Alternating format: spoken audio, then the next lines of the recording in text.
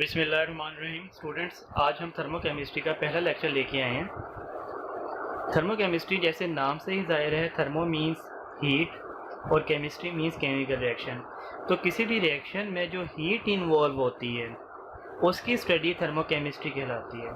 ठीक है, तो सबसे पहले हम जानते हैं सिस्टम, सराउंडिंग और बाउंड्री के बारे में। Anything under observation is called system. कोई भी चीज़ अंडर स्टडी है, चाहे क्लासरूम में चाहे लेबॉर्ट्री में, ये सिस्टम बन जाएगा आपका। मिसाल के तौर पर आप इस टाइम ये वीडियो देख रहे हैं, वीडियो आपका सिस्टम है।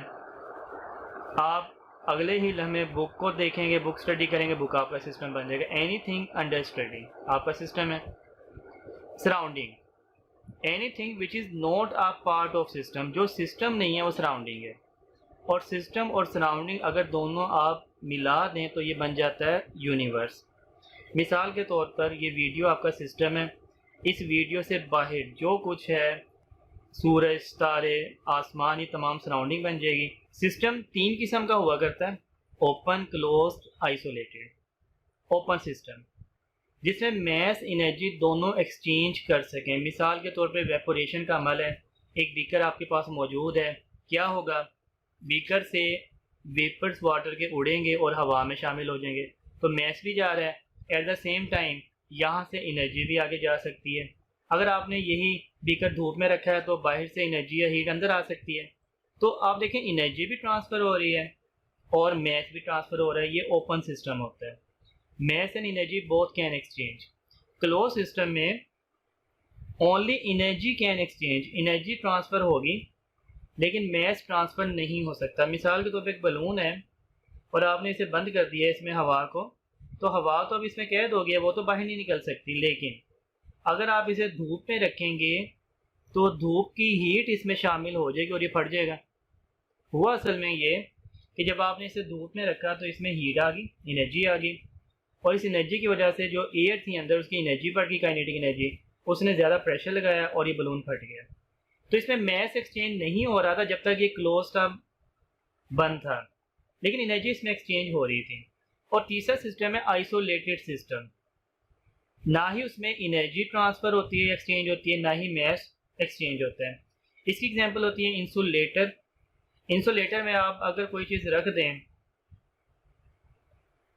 तो उसमें मैस तो उतना ही रहेगा, और एट द सेम टाइम अगर आपने बाहर इंसुलेटर लगा दिया तो एनर्जी भी उसमें ट्रांसफ़र नहीं होगी। ना ही बाहर से हीट आएगी, ना ही बाहर से कोई कूलिंग आ सकती है। अगर वो परफेक्ट इंसुलेटर है तो वो फिर आइसोलेटेड सिस्टम बन जाएगा। बाउंड्री, हर वो चीज़ जो कि सिस्टम को सराउंडिंग से अलहदा कर दे। यही देखें, ये एक सिस्टम है, इसके अंदर जो केमिकल मौजूद हैं वो सिस्टम, और इसके बाहर जो कुछ है, एयर मौजूद होगी, पूरा कमरा होगा, वो सराउंडिंग, और ये जो इसकी दीवारें हैं जो सिस्टम सराउंडिंग को अलहदा कर रही हैं वो बाउंड्री। तो बाउंड्री जो सिस्टम को सराउंडिंग से अलहदा कर दें, ये बाउंड्री रियल भी हो सकती है, इमेजिनरी भी हो सकती है। रियल क्या, आप एक बीकर में केमिकल रिएक्शन को स्टडी कर रहे हैं तो उसकी जो दीवारें हैं वो बाउंड्री बन सकती हैं असल में। इमेजिनरी, आप माइंड में सोच लें कि मैं ये वीडियो को देख रहा हूँ तो इसकी जो वीडियो की बाउंड्री है वो आप खुद ही इमेजिन कर लेंगे, वैसे तो कोई नहीं होगी हकीकत में। बाउंड्री हार्ड भी हो सकती है, फ्लेक्सिबल भी। मिसाल के तौर पर बैलून की जो बाउंड्री है ये फ्लेक्सिबल है, और ये जो इंसुलेटर की या कंटेनर की बाउंड्री है ये हार्ड होती है। बाउंड्री आइसोथर्मिक या अडियाबैटिक भी हो सकती है। अगर बाउंड्री कंडक्टिंग है, हीट कैन एंटर और लीव। मिसाल के तौर पर ये बैलून है, इसमें हीट एंटर या लीव हो रही है। ये बीकर है, इसमें से हीट एंटर हो सकती है या लीव हो सकती है। अगर बाउंड्री कंडक्टिंग है तो वो आइसोथर्मिक बाउंड्री कहलाएगी, हीट कैन एंटर और लीव। अगर बाउंड्री इंसुलेटिंग है, इंसुलेटर है जैसे ये वाली है, तो नो हीट एंटर और लीव, ये अडियाबैटिक बाउंड्री कहलाएगी। तो बाउंड्री की तीन किस्में, बाउंड्री रियल भी हो सकती है, इमेजिनरी भी, बाउंड्री हार्ड भी, फ्लेक्सिबल भी, और बाउंड्री आइसोथर्मिक या डायबैटिक भी। अगर हीट एंटर या लीव करे कंडक्टिंग हो आइसोथर्मिक, अगर हीट एंटर या लीव ना कर सके इंसुलेटिंग हो अडायाबैटिक। तो स्टूडेंट, हम प्रोसेस के बारे में डिस्कस करते हैं। प्रोसेस इस चैप्टर में जो यूज़ हुए हैं जिनका डायरेक्टली या इनडायरेक्टली जिक्र है वो 4 किस्म के: isothermal, isobaric, isochoric, adiabatic. Iso mean same, thermal means temperature. ऐसा कोई भी प्रोसेस जिसमें आप टेम्परेचर कांस्टेंट कर दें, डेल्टा टी ज़ीरो हो, वो आइसोथर्मल कहलाएगा। डेल्टा टी ज़ीरो से मुराद है एक्सपेरिमेंट के शुरू में टेम्परेचर फ़र्ज़ करें 10 डिग्री था, आपने पूरा एक्सपेरिमेंट किया, फाइनल टेम्परेचर बाद में देखा वो 10 डिग्री ही है, आप डिफरेंस ऑफ टेम्परेचर निकालेंगे delta T, T2 minus T1 वो ज़ीरो आ जाएगा। तो delta T zero temperature constant, या आइसोथर्मल प्रोसेस हुआ करेगा। Isobaric pressure constant, delta p zero. मिसाल के तौर पे आपका पहला प्रेशर था 1 atm, आपका दूसरा प्रेशर एक्सपेरिमेंट के बाद 1 atm, तो delta p P2 minus P1 1 minus 1 that is zero. तो delta p zero isobaric. Chemistry में ज़्यादातर आप आइसोबैरिक प्रोसेस किया करते हैं। Isochoric volume constant, delta p zero. और अडायाबैटिक, नो हीट एंटर और लीव द सिस्टम। ठीक हो गया। अब हम जानते हैं स्टेट फंक्शन के बारे में। मिसाल के तौर पर आपने पहला एक्सपेरिमेंट की पहली रीडिंग ली टेम्परेचर की, वो था जी 10 डिग्री। आपने उस वक्त प्रेशर देखा, वो था 1 atm। आपने उस वक्त वॉल्यूम देखा, वो था 10 लीटर।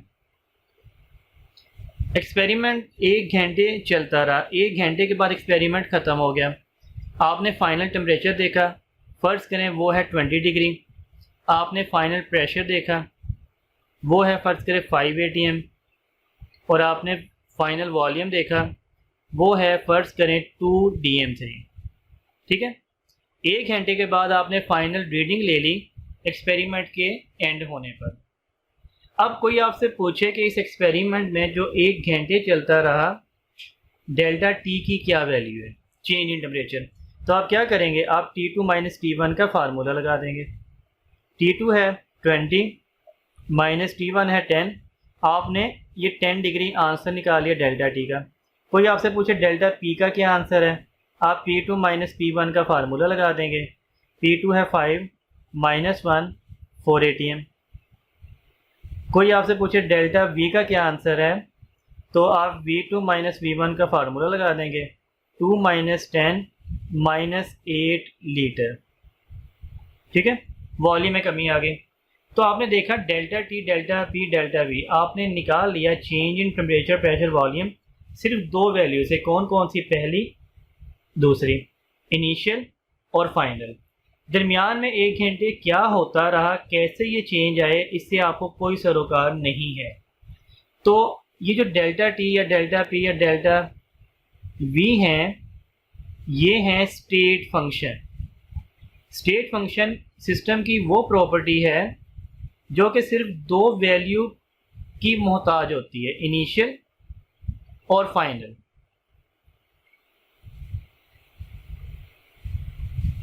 सिस्टम की खूबी जो कि सिर्फ 2 वैल्यू की मोहताज होती है, इनिशियल और फाइनल, वो उस रास्ते की मोहताज नहीं होती जिस रास्ते से चेंज आया होता है।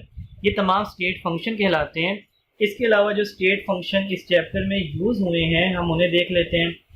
तो delta T, delta P, delta V, delta N, number of mole, ये भी स्टेट फंक्शन होता है, आप 2 वैल्यू से निकाल सकते हैं। डेल्टा ई, इंटरनल एनर्जी, ये भी स्टेट फंक्शन है। डेल्टा एच, इंथैल्पी, ये भी स्टेट फंक्शन है। वर्क और हीट, ये स्टेट फंक्शन नहीं होते, क्योंकि ये रास्ते पे डिपेंड करते हैं, किस रास्ते से वर्क हो रहा है। क्योंकि एक डायरेक्शन में वर्क 0 भी हो जाता है, एक डायरेक्शन में वर्क मैक्सिमम भी हो जाता है। हीट भी रास्ते पे डिपेंड करती है, किस रास्ते से हीट फ्लो कर रही है। बाज़ रास्तों से हीट फ्लो नहीं करती, बाज़ रास्तों से बहुत तेज़ी से फ्लो करती है। तो ये रास्ते पे डिपेंड करते हैं, इन्हें पाथ फंक्शन कहा जाता है। पाथ फंक्शन वो फंक्शन है जो कि रास्ते पर डिपेंड करें, और स्टेट फंक्शन वो फंक्शन है जो स्टेट पर, हालत पे डिपेंड करें। स्टेट 2 ही किस्म की हुआ करती है, या तो इनिशियल या फाइनल। तो इसलिए इन्हें स्टेट फंक्शन कहा जाता है। ये स्टेट पर डिपेंड करते हैं, इनिशियल स्टेट पर और फाइनल स्टेट पर। और पाथ फंक्शन जो पाथ पर डिपेंड करते हैं वो वर्क और हीट है। आइए स्टूडेंट, अब एक्सोथर्मिक और एंडोथर्मिक रिएक्शन का जायज़ा लेते हैं। प्रोसेस रिएक्शन को मैंने 2 कैटेगरीज में डिवाइड कर दिया है, हीट के लिहाज से, या तो हीट इवॉल्व होगी तो वो एक्सोथर्मिक कहलाएगा, या हीट एब्जॉर्ब होगी तो वो एंडोथर्मिक कहलाएगा। जब हीट इवॉल्व होती है तो इसे नेगेटिव साइन से शो किया जाता है, डेल्टा एच नेगेटिव। जब हीट एब्जॉर्ब हो डेल्टा एच पॉजिटिव। ठीक है, तो पहले देख लेते हैं एक्सोथर्मिक रिएक्शन जिसमें हीट इवॉल्व होती है और डेल्टा एच नेगेटिव होता है। सवाल ये पैदा होता है पहला कि भाई हीट इवॉल्व क्यों हो रही है। तो किसी भी रिएक्शन में आपने रिएक्टेंट से प्रोडक्ट बनाने होते हैं।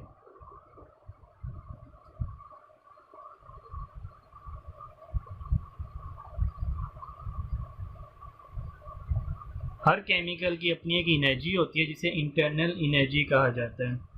मिसाल के तौर पर रिएक्टेंट की अपनी एक एनर्जी है AT। हर केमिकल की अपनी एक एनर्जी होती है। रिएक्टेंट से जब नया केमिकल बना प्रोडक्ट, उसकी अपनी एक एनर्जी है, फर्स्ट करें उसकी एनर्जी है 20। तो ये जो केमिकल्स होते हैं जितनी एनर्जी इन्हें चाहिए अपने पास रखते हैं, बाकी ये फेंक देते हैं। ये इंसानों की तरह लालची नहीं है कि जितने पैसे आई जा रहे हैं जमा किए जाएं। तो क्या होगा, रिएक्टेंट से जब नया केमिकल प्रोडक्ट बना तो उसे 20 एनर्जी चाहिए अपने लिए, बाकी उसे नहीं चाहिए। वो क्या करेगा, बाकी जो एक्स्ट्रा एनर्जी है 60 वो बाहर फेंक देगा। इसी वजह से एनर्जी इवॉल्व होती है। तो एनर्जी क्यों इवॉल्व होती है एक्सोथर्मिक में, क्योंकि रिएक्टेंट की एनर्जी ज़्यादा होती है प्रोडक्ट की एनर्जी से। ठीक है, या अगर आप इसका ग्राफ बनाएं तो आप इस अंदाज में बना सकते हैं। ये एनर्जी बढ़ रही है वाई एक्सिस पे, तो आपने रिएक्टेंट की एनर्जी चूंकि ज़्यादा है, रिएक्टेंट को ऊपर बनाना है, और आपने इस तरह एरो बनाया, और चूंकि प्रोडक्ट की एनर्जी कम है आपने प्रोडक्ट को नीचे बनाना है। तो रिएक्टेंट ऊपर होते हैं और प्रोडक्ट नीचे होते हैं। किस वाले रिएक्शन में, एक्सोथर्मिक में, क्योंकि रिएक्टेंट की एनर्जी ज़्यादा प्रोडक्ट की कम। मैंने आपको एग्जांपल से समझा दिया। अब आ जाए एंडोथर्मिक में क्या होता है। एंडोथर्मिक में इसके उलट होता है। किसी भी रिएक्शन में आपने बनाना होता है रिएक्टेंट से प्रोडक्ट,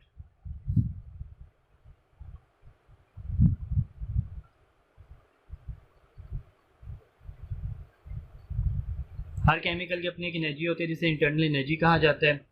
अब मिसाल के तौर पर रिएक्टेंट की एनर्जी है 30 और जो प्रोडक्ट बनना है उसकी एनर्जी है 70। तो प्रोडक्ट उस वक्त तक नहीं बनेगा जब तक उसकी 70 एनर्जी पूरी ना हो जाए। प्रोडक्ट कहेगा भाई मेरी एनर्जी पूरी करो, मैं बन जाता हूँ, वरना मैं नहीं बनूंगा। तो अब रिएक्टेंट क्या करेगा, कैसे एनर्जी पूरी करे, उसके पास तो है नहीं भाई, वो बाहर से मांगेगा। यही वजह है कि एंडोथर्मिक में हीट या एनर्जी एब्जॉर्ब होती है, बाहर से मांगनी पड़ती है। तो आप कानून बना सकते हैं, energy of reactant is less than energy of product. ठीक हो गया। या अगर आप इसका ग्राफ बनाना चाहें तो आप बना लेंगे। वही बात भाई, आपने इस साइड पे एनर्जी को बढ़ाना है और अब के रिएक्टेंट को आपको नीचे बनाना पड़ेगा और प्रोडक्ट को आपको ऊपर बनाना पड़ेगा।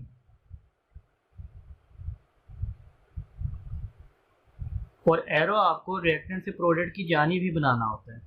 तो इस वाले ग्राफ में रिएक्टेंट ऊपर थे, प्रोडक्ट नीचे थे। इस वाले ग्राफ में रिएक्टेंट नीचे है, प्रोडक्ट ऊपर है। ठीक हो गया। तो ये मैंने आपको सिखा दिया एनर्जी का कॉन्सेप्ट, किसकी एनर्जी ज़्यादा किसकी एनर्जी कम।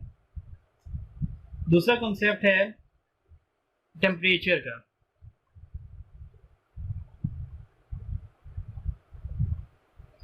तो एक्सोथर्मिक रिएक्शन आप बेस्ट एग्जांपल जान सकते हैं जलने का अमल, आग का जलना।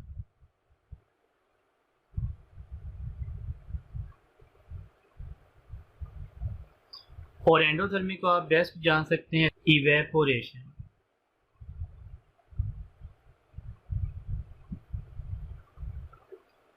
तो पहले एक्सोथर्मिक की मैं आपको मिसाल से वजाहत कर दूं, आग का जलना। अगर किसी जगह पे आग जल रही है और आपने देखी भी नहीं आग जल रही है, आप उसे महसूस कर लेंगे। मिसाल के तौर पर आप यहाँ एक कमरे में मौजूद हैं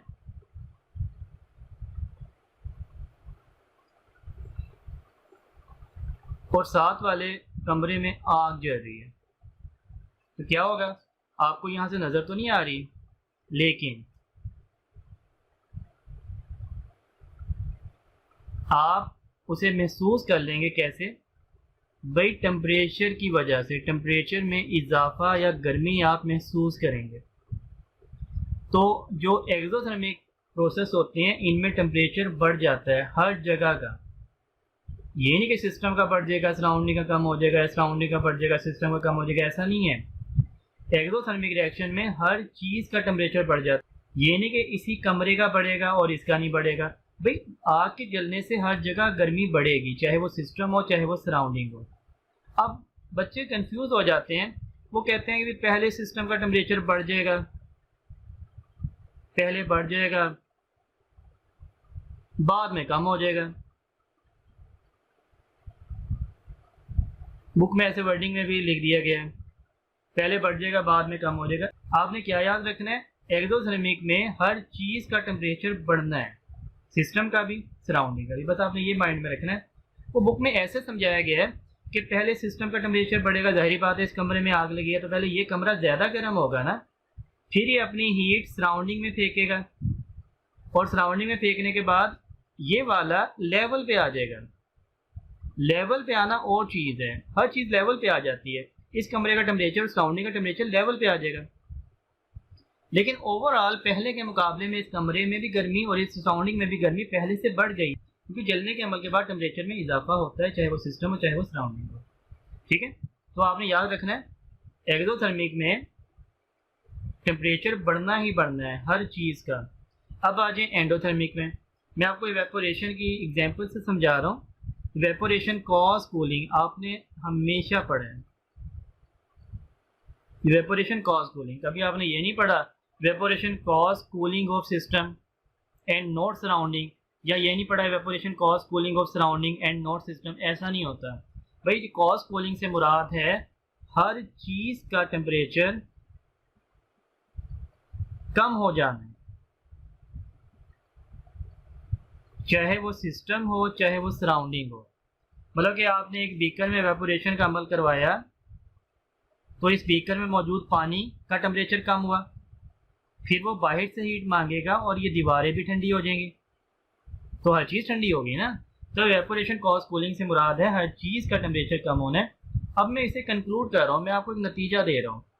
जब भी एक्सोथर्मिक रिएक्शन आए तो आपने क्या कहना है? टेम्परेचर बढ़ेगा।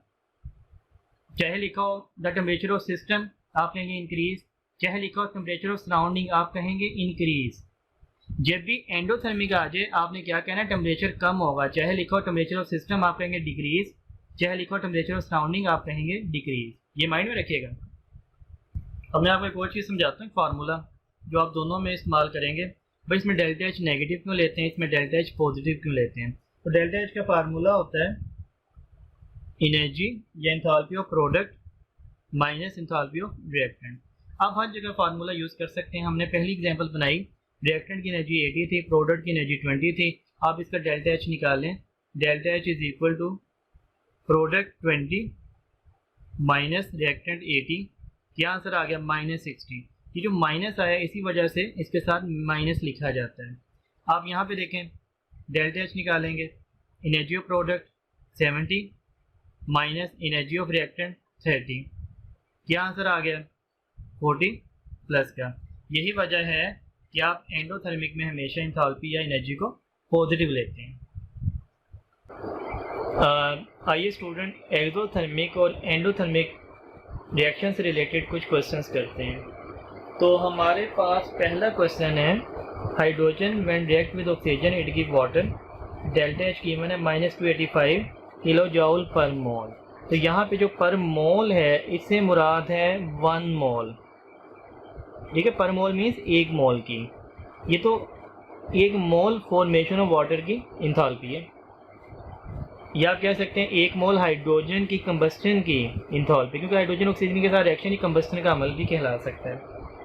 देखिए हम बात शुरू करते हैं। When 40 gram hydrogen react with excess of oxygen, तो आपको गिवन हाइड्रोजन दे दी गई ना 40 ग्राम।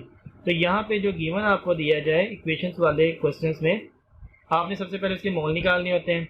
Mess over molar mass, hydrogen का मोलर मैस 2 होता है, ये है जी हाइड्रोजन 20 मोल। याद रखिएगा मोल इक्वेशन वाले न्यूमेरिकल में निकालेंगे तो क्वेश्चन बहुत आसान होते चले जाएंगे। मोल निकालने के बाद अब आपका जो गिवन है और जो रिक्वायर्ड है उसका कंपैरिजन आपने करना है, और कंपैरिजन हमेशा इक्वेशन से। हाइड्रोजन अगर 1 हो, 1 मोल, तो हीट कितनी इवॉल्व होती है -285। हाइड्रोजन कितनी है 20 मोल, तो हीट कितनी इवॉल्व होगी 20 multiplied by -285, that is -5700 kilo जॉल। यहाँ पे अब आपने मोल नहीं लिखना क्योंकि ये 1 मोल की नहीं, ये तो 20 मोल की है, ठीक है। सेकंड क्वेश्चन पे आ जाएं। How much heat is absorb when 90 gram liquid water changed into vapours. Water liquid से वाटर गैस का बनना डेल्टा H 44 होती है किलो जॉल पर मोल। पर मोल मीन्स 1 मोल की। हमारे पास गिवन क्या है 90 ग्राम वाटर। आप सबसे पहले इसके मोल बनाइएगा। Number of moles of water 90 divide by molar mass 18, ये आ गया जी 5 मोल। तो जब मोल आ गया अब क्या करेंगे कंपैरिजन। गिवन क्या है वाटर और रिक्वायर्ड इसमें क्या होगा हीट, हमेशा डेल्टा H। तो वाटर अगर 1 मोल हो हीट कितनी होती है +44। वाटर अगर 5 मोल हो तो हीट कितनी होगी 5 मल्टीप्लाइड बाय 44, 220 किलो जॉल। ठीक हो गया, इतनी हीट आपके एब्जॉर्ब हो गया। नेक्स्ट क्वेश्चन देखें, what is the heat of solution of 12.04 10⁻23 molecules of NH4Cl। आपके हीट ऑफ सोल्यूशन आपने फाइंड आउट करनी है, इक्वेशन में दी गई है 15 किलो जॉल पर मोल। 1 मोल की होती है 15। आप सबसे पहले नंबर ऑफ मोल बनाइएगा। कैसे, आपके पार्टिकल गिवन है तो आपने फार्मूला याद किया हुआ, particle divide by molar particles. 12.04 10⁻23 divide by 6.02 10⁻23, तो 2 मोल आ गया ना। तो आपने कंपैरिजन में लेके आना NH4Cl और डेल्टा H को। NH4Cl अगर 1 हो तो कितनी हीट होती है 15 हीट एब्जॉर्ब होती है। तो NH4Cl हमारे पास कितने मोल है 2। अगर ये 2 मोल होगा तो कितनी हीट एब्जॉर्ब होगी 30 किलो जॉल। यहाँ पे मोल ना लिखिएगा क्योंकि अब ये 2 मोल की है, पर मोल नहीं है। What is enthalpy of combustion of 6 gram carbon. अब कि हमने कार्बन की एंथैल्पी ऑफ कंबस्टन निकालनी है। इक्वेशन गिवन है तो कार्बन डाइऑक्साइड बनने में -393 हीट इवॉल्व करता है किलो जॉल पर मोल, 1 मोल कार्बन की। हमारे पास कितनी कार्बन गिवन है 6 ग्राम। आप सबसे पहले इसके नंबर ऑफ मोल बनाएंगे। Mass over molar mass 0.5, carbon के मोल्स आ गए। जब इसके मोल्स आ गए तो कंपैरिजन में लेके आएंगे कार्बन को और डेल्टा H को। कार्बन अगर 1 मोल हो तो कितनी हीट इवॉल्व करता है -393। कार्बन हमारे पास कितना है 0.5 हाफ, तो 0.5 मल्टीप्लाइड में -393, ये इसका हाफ आ जाएगा माइनस किलो जॉल। जो भी आंसर है लिख लीजिएगा। स्टूडेंट ये कुछ एग्जांपल्स हैं जो कि एक्सोथर्मिक रिएक्शन से रिलेटेड हमारी बुक में यूज़ हुई हैं। तो आपने तमाम ये एग्जांपल याद करनी है कि ये वाले रिएक्शन एक्सोथर्मिक है, लेकिन इनकी जो वैल्यूज़ हैं ना ये आपको याद करने की बिल्कुल ज़रूरत नहीं है। मिसाल के तौर पर हमारी पहली एग्जाम्पल है, कार्बन ऑक्सीजन के साथ मिलकर कार्बन डाइऑक्साइड बना रहा है, ये एक्सोथर्मिक रिएक्शन है, formation of carbon dioxide. Second है फॉर्मेशन ऑफ वाटर, ये भी एक्सोथर्मिक रिएक्शन है। नाइट्रोजन हाइड्रोजन के साथ मिलकर अमोनिया बना रहा है, ये भी एक्सोथर्मिक रिएक्शन है। ये जो अमोनिया की फॉर्मेशन है हमारी बुक में 2 वैल्यूज़ यूज़ हुई हैं, एक इस चैप्टर में, एक चैप्टर नंबर 8 में। तो देखें एक जगह लिखा है -41.6 किलो जॉल पर मोल, एक जगह हमारी ही बुक में लिखा है -92 किलो जॉल। तो ये जो -92 वाली वैल्यू है ये 2 अमोनिया की है और -41 वाली वैल्यू ये 1 अमोनिया की है, किलो जॉल पर मोल, 1 अमोनिया की। तो दोनों यूज़ हुई हैं, किलो जॉल पर मोल में ये वैल्यू और अगर किलो जॉल हो तो फिर ये वैल्यू। फॉर्मेशन ऑफ SO3, ये भी आप देखिएगा एक्सोथर्मिक रिएक्शन है। Formation of carbon dioxide and hydrogen from carbon monoxide and water, ये -41 इसमें हीट इवॉल्व होती है। मैग्नीशियम का ऑक्सीजन के साथ रिएक्शन, ये -692 एक्सो है। ये ऑर्गेनिक केमिस्ट्री का बहुत फेमस रिएक्शन है, हाइड्रोजनेशन ऑफ अल्कीन, ये भी एक्सो है, -120 इसमें हीट इवॉल्व होती है। सोडियम कार्बोनेट की आयोनाइजेशन या पानी में हल होना, -25 ये इंथैल्पी ऑफ सॉल्यूशन इसकी कहलाती है। कंबस्टन के जितने भी रिएक्शन आ जाएं, कोई भी रिएक्शन हो जिसमें कंबस्टन हो रही है, ये हमेशा एक्सो होगा। रेस्पिरेशन का कोई रिएक्शन हो हमेशा एक्सो, न्यूट्रलाइजेशन का कोई रिएक्शन हो हमेशा एक्सो। अब आए जी कुछ एग्जांपल एंडोथर्मिक रिएक्शंस की। पोटाशियम आयोडाइड सॉलिड से पोटाशियम आयोडाइड एक्वस, मतलब पानी में इसका हल हो जाना, ये एंडोथर्मिक है। वाटर लिक्विड से वाटर गैस का बनना, इवेपोरेशन का अमल, एंडोथर्मिक।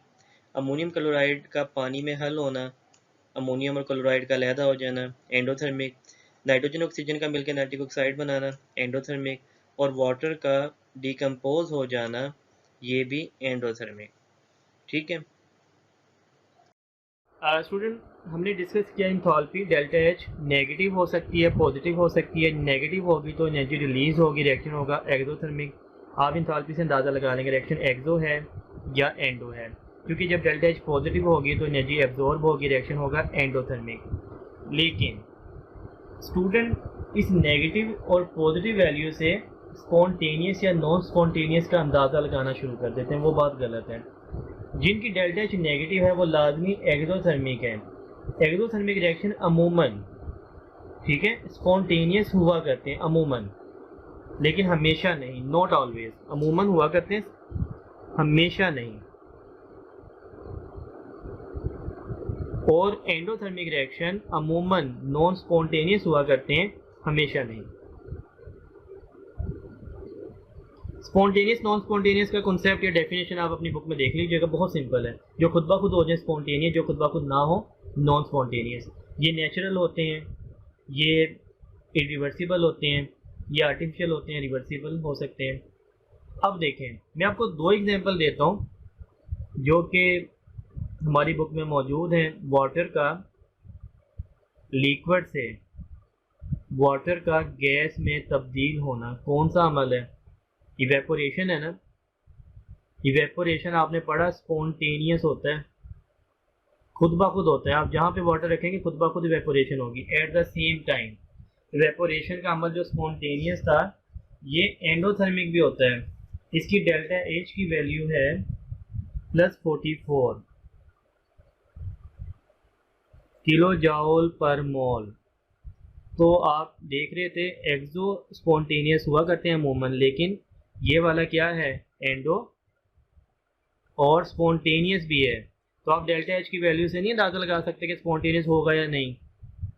ऐसे एक और एग्जांपल देखें, हमारे पास है जी अमोनियम क्लोराइड का पानी में हल होना सॉलिड स्टेट से NH4+ Cl नेगेटिव। इसकी डेल्टा एच +15 या 16 दोनों वैल्यूज ही हैं। ये 15 से 16 के दरमियान अंदाज़ा ही होता है, किलो जाउल पर मोल।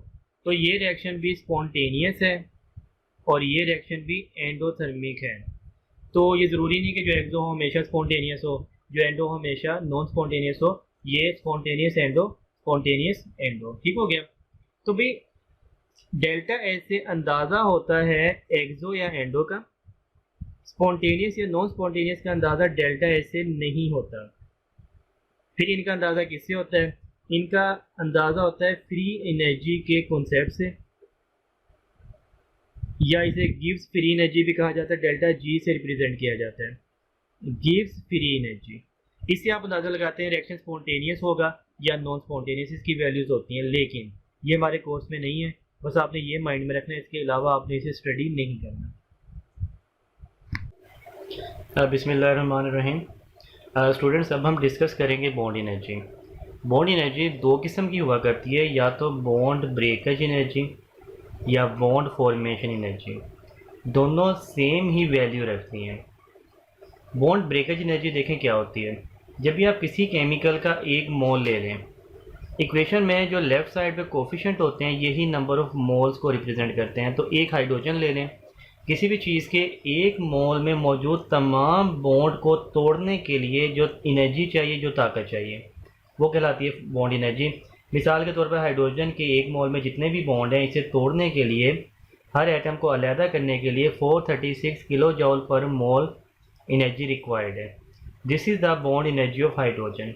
ठीक है, amount of energy required to break all bond in 1 mole of the substance, this is called bond energy. लेकिन अगली बात भाई, 1 मोल में बॉन्ड कितने हैं? 1 मोल से मुराद ये नहीं कि 1 बॉन्ड है, 1 मोल में जितने पार्टिकल होंगे उसके मुताबिक आप बॉन्ड कैलकुलेट करेंगे। तो 1 मोल में हाइड्रोजन के 6.02 10⁻23 बॉन्ड है। क्योंकि एक हाइड्रोजन में 1 बॉन्ड होता है तो 1 मोल में इतने बॉन्ड होंगे। आपको इतने बॉन्ड तोड़ने के लिए जो ताकत चाहिए that is bond energy, kilo joule पर मोल। पर मोल मीन्स 1 मोल के इतने। अब आ जाए बॉन्ड फॉर्मेशन एनर्जी, एग्जैक्टली इस बात के ऑपोजिट। आपको यहाँ पे एनर्जी लगानी पड़ी क्योंकि आप बॉन्ड को तोड़ रहे थे, किसी चीज़ को तोड़ेंगे ताकत तो लगानी पड़ेगी। भाई यहाँ पे आपने बॉन्ड को बनाना है, हाइड्रोजन हाइड्रोजन एटम को लें और नए बॉन्ड बना दें। अब के एनर्जी रिलीज होगी, क्योंकि जब भी बॉन्ड बनता है एनर्जी रिलीज होती है। Amount of energy release when 1 mole of the compound is formed from its atom, this is bond formation energy, it's value is -436। तो सेम वैल्यू है विद ऑपोजिट साइन। जो मर्जी आप बॉन्ड एनर्जी की definition लिख दें, दोनों में से दोनों ठीक है। अब बॉन्ड एनर्जी में क्वेश्चंस हमेशा इक्वेशन से रिलेटेड ही आते हैं, न्यूमेरिकल टाइप। हम इसकी प्रैक्टिस करेंगे और क्वेश्चन सीखेंगे। पहले क्वेश्चन से शुरू करते हैं। Find enthalpy change of the following reaction. हमारे पास हाइड्रोजन क्लोरीन के साथ मिलकर HCl बना रहा है और आपने इसका डेल्टा H फाइंड आउट करना है। इस रिएक्शन का कितनी हीट इवॉल्व या एब्जॉर्ब होगी। ठीक है, हमारे पास गिवन क्या है, हाइड्रोजन हाइड्रोजन की बॉन्ड एनर्जी 432 किलो जॉल पर मोल, क्लोरीन क्लोरीन की बॉन्ड एनर्जी 239, H और क्लोरीन HCl की बॉन्ड एनर्जी 427। जो डाटा है ये आपने याद नहीं करना, आपको गिवन दिया जाएगा और ये चेंज भी हो सकता है। जो मर्जी एक फर्जी डाटा भी आपको दिया जा सकता है, जो मर्जी हो, आपने इसी डाटा के मुताबिक ये जवाब निकालना है। अब कैसे निकालना है ये समझिएगा। सबसे पहले रिएक्टेंट में मौजूद केमिकल के बॉन्ड टूटते हैं, ये माइंड में रखिएगा, और प्रोडक्ट में मौजूद केमिकल बनते हैं तो उनके बॉन्ड भी बनते हैं। तो H2 में हाइड्रोजन हाइड्रोजन बॉन्ड ने टूटना है, लिहाजा H2, दोबारा मैं इक्वेशन लिख देता हूँ, Cl2 HCl, ये 2 है ACl। हाइड्रोजन हाइड्रोजन बॉन्ड ने टूटना है, लिहाजा आपको 432 एनर्जी लगानी पड़ेगी बॉन्ड तोड़ने के लिए।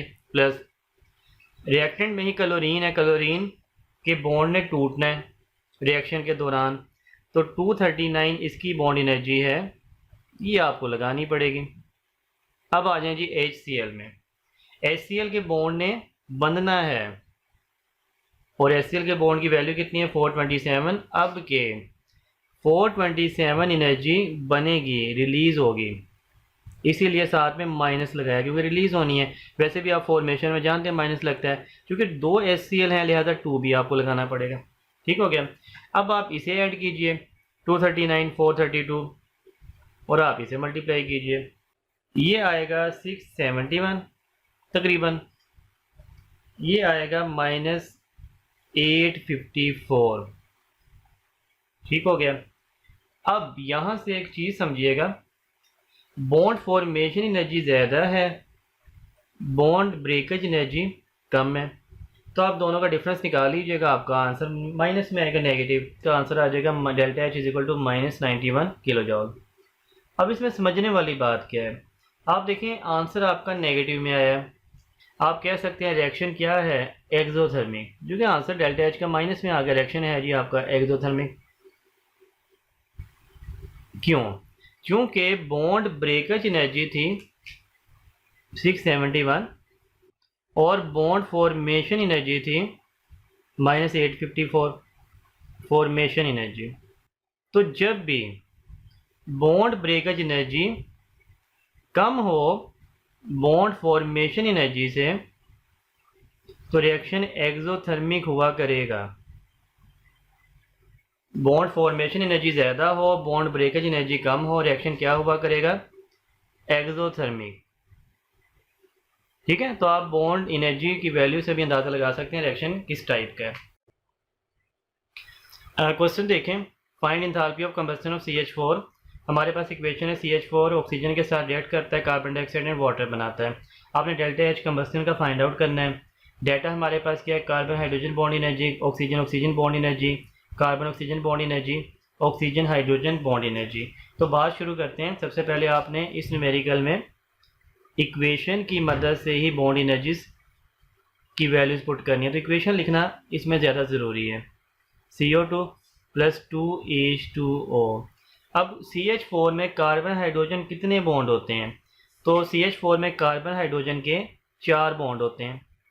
जब 4 बॉन्ड होते हैं तो चारों बॉन्ड ही टूटेंगे ना। तो एक बॉन्ड की कितनी एनर्जी है? 413। 413 को आपको 4 से मल्टीप्लाई करना पड़ेगा CH4 के टोटल 4 बॉन्ड की बॉन्ड एनर्जी निकालने के लिए। ऑक्सीजन 498, यहाँ पे ऑक्सीजन कितने हैं? 2, तो आपको 2 से मल्टीप्लाई करना है 498 वैल्यू, क्योंकि 2 ऑक्सीजन टूटेंगे ना। ये हीट जो आपने लगा दी बॉन्ड तोड़ने के लिए। अब प्रोडक्ट जो बनेंगे उनमें एनर्जी रिलीज होती है। CO की बॉन्ड एनर्जी कितनी है? ये है जी 805। लेकिन CO बॉन्ड कार्बन डाइऑक्साइड में एक नहीं होता बल्कि 2 होते हैं, लिहाजा CO की जो बॉन्ड एनर्जी यहाँ पे एक ही लिखी ना 805, आपने इसे 2 से मल्टीप्लाई भी करना है। ठीक हो गया, 805 मल्टीप्लाइड बाय 2। लेकिन अभी तक इसमें गलती है, वो क्या? ये फॉर्मेशन है, इसके साथ नेगेटिव भी लिखना है भाई, क्योंकि प्रोडक्ट है। प्लस दूसरे की बारी, वाटर में OH बॉन्ड कितने होते हैं? वाटर में OH बॉन्ड एक वाटर में 2 होते हैं। हमारे पास 2 वाटर हैं, तो टोटल OH बॉन्ड कितने हो गए भाई? 4 हो गए ना। तो आपको 4 से मल्टीप्लाई करना है OH बॉन्ड की वैल्यू को, वो है 464। लेकिन अभी भी है गलती, क्या भाई? फॉर्मेशन है, लिहाजा आपको नेगेटिव भी डालना है। फॉर्मेशन में हमेशा जो भी वैल्यू आपने जिससे मर्जी मल्टीप्लाई करनी हो साथ में नेगेटिव डालना है। अब देखें, 413 मल्टीप्लाइड बाई 4 1652 आ गया। इसे आपने मल्टीप्लाई 2 से किया, ये आ गया। इसे आपने 805 को 2 से, ये आ गया। और इसे 4 से मल्टीप्लाई किया तो प्लस माइनस माइनस, यहाँ पे माइनस आ गया। तो अब आप इसे मज़ीद ऐड करेंगे तो ये नेगेटिव वाली ज़्यादा है, पॉजिटिव वाली कम है। इसका मतलब रिएक्शन क्या है? एक्सोथर्मिक। क्योंकि बॉन्ड फॉर्मेशन ज़्यादा होगी बॉन्ड ब्रेकर से, रिएक्शन होगी एक्सोथर्मिक। और क्या इसका आंसर आएगा? इसका आंसर आ जाएगा -818। डेल्टा H आ जाएगा -818 किलो जूल। नेक्स्ट क्वेश्चन देखें। 2 हाइड्रोजन डिकम्पोज होके हाइड्रोजन ऑक्सीजन बना रहा है, तो हमने डेल्टा H इस रिएक्शन का फाइंड आउट करना है कि इसमें कितनी हीट इवॉल्व या एब्जॉर्ब होगी। हमारे पास डाटा गिवन कौन सा है? ऑक्सीजन हाइड्रोजन की बॉन्ड एनर्जी, हाइड्रोजन हाइड्रोजन की और ऑक्सीजन ऑक्सीजन की। सबसे पहले देखें, वाटर डिकम्पोज हो रहा है तो कौन से बॉन्ड टूट रहे हैं? OH के। कितने होते हैं 2 वाटर में? अभी हमने यहाँ कैलकुलेट किया 4। तो आपने 4 को मल्टीप्लाई कर दिया OH की बॉन्ड की वैल्यू से 4, ये पॉजिटिव जो कि रिएक्टेंट है। आफ्टर रिएक्शन 2 हाइड्रोजन का बॉन्ड बनना है, लिहाजा नेगेटिव होगा। हाइड्रोजन की बॉन्ड एनर्जी कितनी है? 436। आप चूँकि 2 हाइड्रोजन बना रहे हैं, 436 से इसे मल्टीप्लाई करेंगे, साथ में नेगेटिव भी डालेंगे, फिर नेगेटिव। आगे है जी ऑक्सीजन, ऑक्सीजन 495, साथ में नेगेटिव क्यों? क्योंकि बनेगा, फॉर्मेशन है। तो प्लस माइनस माइनस, तो ऐसे डायरेक्ट आप नेगेटिव ऐसे यूज़ कर सकते हैं। इसका आंसर आएगा 1856। 436 मल्टीप्लाइड बाय 2, यह आएगा 872। तो इसका आंसर आ गया -872 -495, 1367 -1367 माइनस का, और ये है +1856। इसे आपने डिफरेंस निकाल लेना है 489। ये चूँकि बड़ी वैल्यू, ये छोटी वैल्यू है, +489 किलो जॉल। ठीक हो गया, तो 489 किलो जॉल इसका आंसर आ गया। लेकिन यहाँ से एक पॉइंट समझ लें, इस बार बॉन्ड ब्रेकेज एनर्जी ज़्यादा है, बॉन्ड फॉर्मेशन एनर्जी कम है, तो रिएक्शन कौन सा हुआ? एंडोथर्मिक। जब भी बॉन्ड ब्रेकेज एनर्जी ज़्यादा हो बॉन्ड फॉर्मेशन एनर्जी से, तो रिएक्शन एंडोथर्मिक हुआ करते हैं। रिएक्शन क्या हुआ करते हैं? एंडोथर्मिक। क्यों हुआ करते हैं एंडोथर्मिक? क्योंकि बॉन्ड ब्रेकेज आपको ज़्यादा ताकत लगानी पड़ी बॉन्ड तोड़ने में और बॉन्ड बनने में कम एनर्जी मिली, तो ओवरऑल एंडोथर्मिक हो गया, ज़्यादा पावर इस्तेमाल हुई आपकी। स्टूडेंट मजीद क्वेश्चन देखिएगा। Calculate delta H of the reaction to sodium bicarbonate after decomposition produce sodium carbonate, carbon dioxide and water. इस बार जो वैल्यूज़ दी गई हैं ये फॉर्मेशन की दी गई हैं। देखिए डेल्टा एच एफ लिखा हुआ है, वैसे भी अगर डेल्टा एच एफ ना लिखा हो तो देखिए नेगेटिव साइन रिप्रेजेंट कर रहा है, ये फॉर्मेशन की वैल्यूज़ हैं। केमिकल जब बनते हैं तो नेगेटिव साइन आता है डेल्टा एच का। तो सोडियम बाइकार्बोनेट की ये है, सोडियम कार्बोनेट की फॉर्मेशन ये है, कार्बन डाइऑक्साइड की फॉर्मेशन ये है, वाटर की फॉर्मेशन ये है। तो हम अपनी बनाएंगे इक्वेशन और बात को शुरू करेंगे। देखें सोडियम हाइड्रोजन कार्बोनेट इस रिएक्शन में क्या हो रहा है, डिकम्पोज हो रहा है, रिएक्टेंट है। ये वैल्यू क्या है फॉर्मेशन की, जब वो बने तो ये नेगेटिव, आपने यहाँ पे लिखनी है पॉजिटिव 950, क्योंकि रिएक्टेंट की वैल्यू हमेशा पॉजिटिव होती है। अगली बात कितने टूट रहे हैं 2, ये वैल्यू कितने की है 1 की, किलो जॉल पर मोल एक की है, तो आपने इसे 2 से मल्टीप्लाई भी करना है। आफ्टर रिएक्शन आ जाए।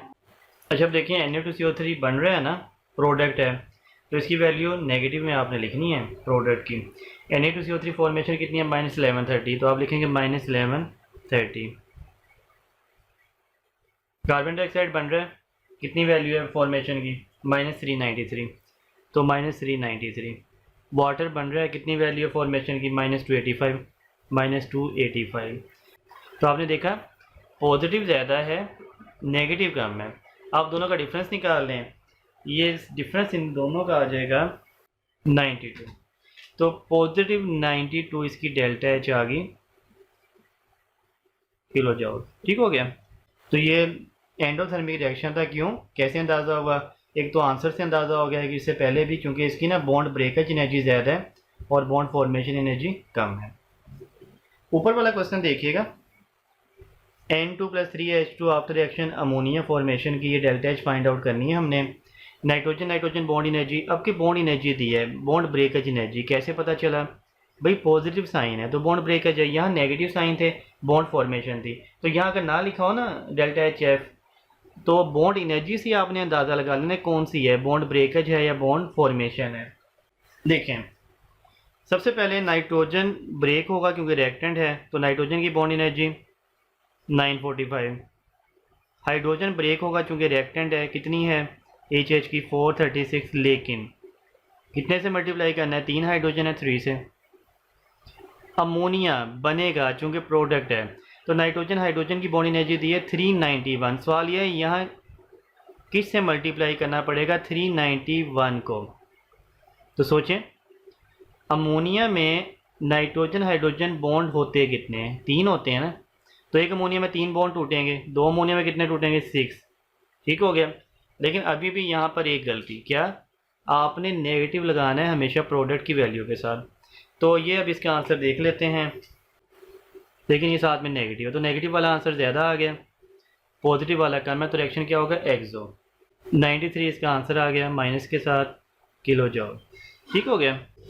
स्टूडेंट मज़ीद क्वेश्चंस करते हैं। हमारे पास इथेन है, इथेन की हेलोजनेशन से ये क्लोरोइथेन बन गया या इथाइल क्लोराइड और HCl बन गया।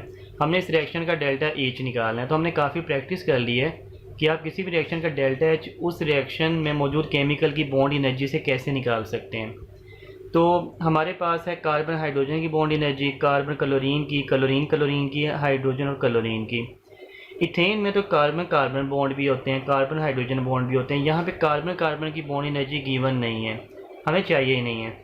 आपने सबसे पहले ये देखना है कि इथेन में जो बॉन्ड टूट रहा है वो कौन सा है। भाई इथेन में सिर्फ और सिर्फ एक कार्बन हाइड्रोजन बॉन्ड ने टूटना है, बाकी किसी बॉन्ड ने नहीं टूटना है। तो हमें सिर्फ वैल्यू क्यों लिखी जाए जिसमें बॉन्ड ने टूटना ही नहीं है। और यहाँ पे क्लोरीन क्लोरीन बॉन्ड ने टूटना है, और यहाँ पे जब प्रोडक्ट बनना है तो कार्बन और क्लोरीन बॉन्ड ने बनना है। तो कार्बन हाइड्रोजन बॉन्ड टूटा रिएक्टेंट से, उसकी जगह क्लोरीन आके अटैच हो गया, कार्बन क्लोरीन बॉन्ड बन गया और HCl का बॉन्ड बन गया। तो भाई जो बॉन्ड टूट रहे हैं आप उसकी वैल्यू पुट कीजिए, जो बन रहे हैं उनकी वैल्यू पुट कीजिए, बाकी आपने ये बॉन्ड की वैल्यूज पुट नहीं करनी। तो कार्बन हाइड्रोजन बॉन्ड टूटा, कार्बन हाइड्रोजन की वैल्यू है 413। क्लोरीन क्लोरीन बॉन्ड टूटा, इसकी वैल्यू गिवन है 243। आफ्टर रिएक्शन क्या हुआ भाई, सिर्फ और सिर्फ ये बॉन्ड बना है, बाकी तो पहले ही मौजूद है। CH3 देखें, CH3 CH2 पहले ही मौजूद है, ना टूटे ना बने।